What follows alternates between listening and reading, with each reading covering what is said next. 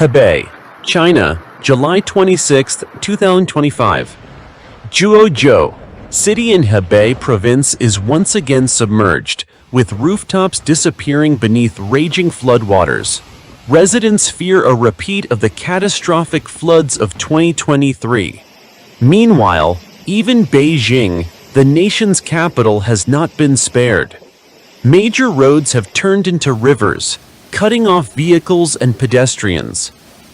On July 25th and 26th, 2025, northern China once again bowed under the brutal force of nature.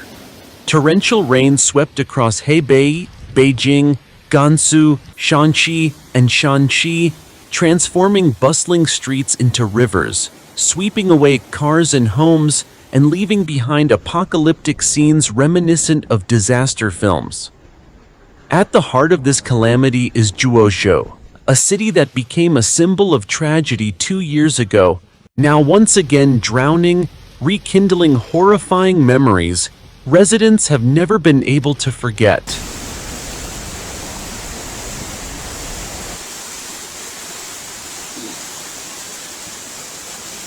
On the afternoon of July 24th, ominous dark clouds gathered over Zhuozhou, warning of an approaching disaster.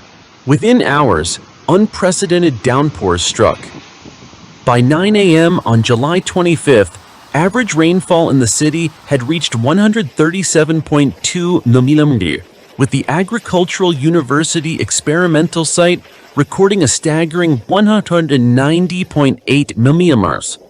Water levels rose so rapidly that low-lying streets vanished beneath muddy torrents. Some areas nearly submerged car windows. Social media exploded with images of cars bobbing like boats in the streets. Residents exclaimed in shock, "Driving now feels like sailing a boat." Amid this vast expanse of floodwater, many were forced to abandon their vehicles, climbing onto trucks or rooftops to survive. Mrs. Li, a Zhuozhou resident, trembled as she recalled her escape. "The water was so deep, we had to sit in the back of an open truck to get home. Water surged through the streets like ocean waves. I just held my child tightly and prayed." Key locations including Huaiyang Bridge, Guanyun Bridge, and sections of the Beijing-Hong Kong-Macau Expressway were paralyzed by rising waters. Rescue teams worked through the night to evacuate residents. By midday July 27th, major routes leading to Zhuozhou East High-Speed Railway Station remained closed due to severe flooding. Vehicles could not pass.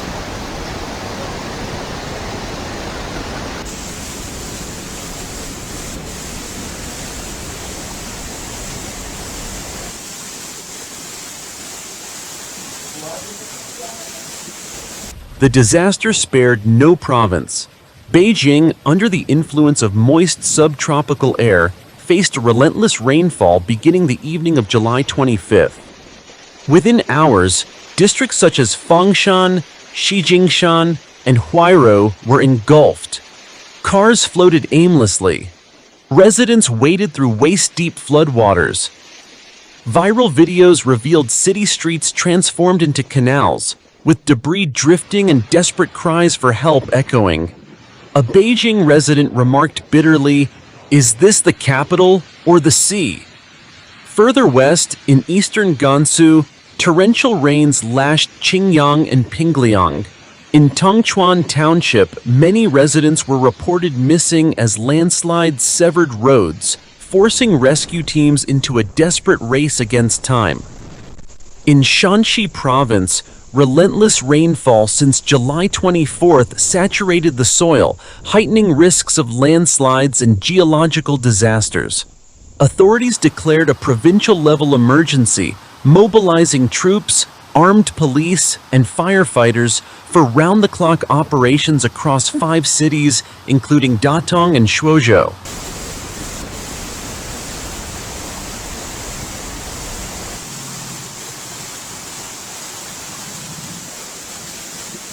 In Baoding, Hebei, flood alerts escalated to level 1, the highest in China's emergency scale, by the night of July 25th. Authorities ordered every township to implement emergency plans and prepare for mass evacuations. Loudspeakers blared evacuation warnings. Convoys of rescue vehicles streamed into disaster zones. These haunting scenes reignited traumatic memories in Guozhou. Back in July 2023, the city was submerged under up to 5 meters of water after authorities deliberately released floodwaters to protect Beijing and the Xiang'an area. Hundreds of thousands of residents received little or no warning. Many fled to rooftops or high ground at the last moment. Tens of thousands lost everything: homes, possessions, entire lifetimes of work. The wounds had barely begun to heal when this new disaster struck. Online, anguished voices echoed, "History is repeating itself. Guozhou is about to collapse again."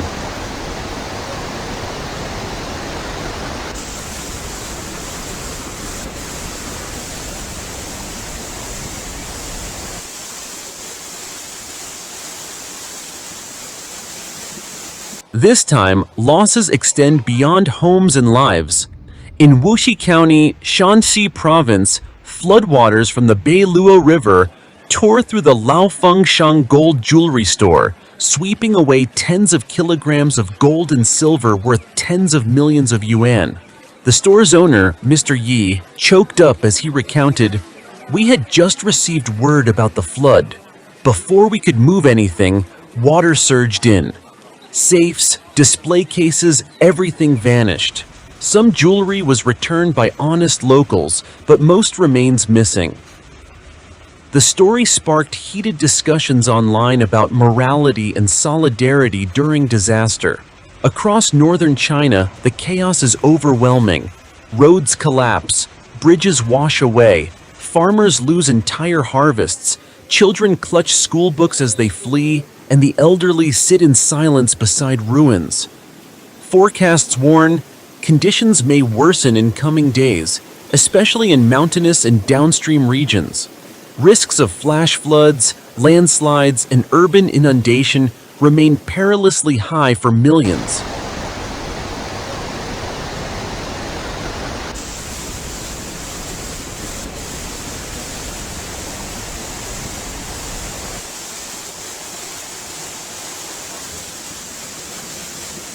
Amid this devastation, humanity appears small and fragile.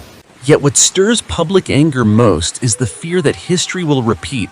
Will authorities once again sacrifice Guozhou, flooding it intentionally to shield Beijing?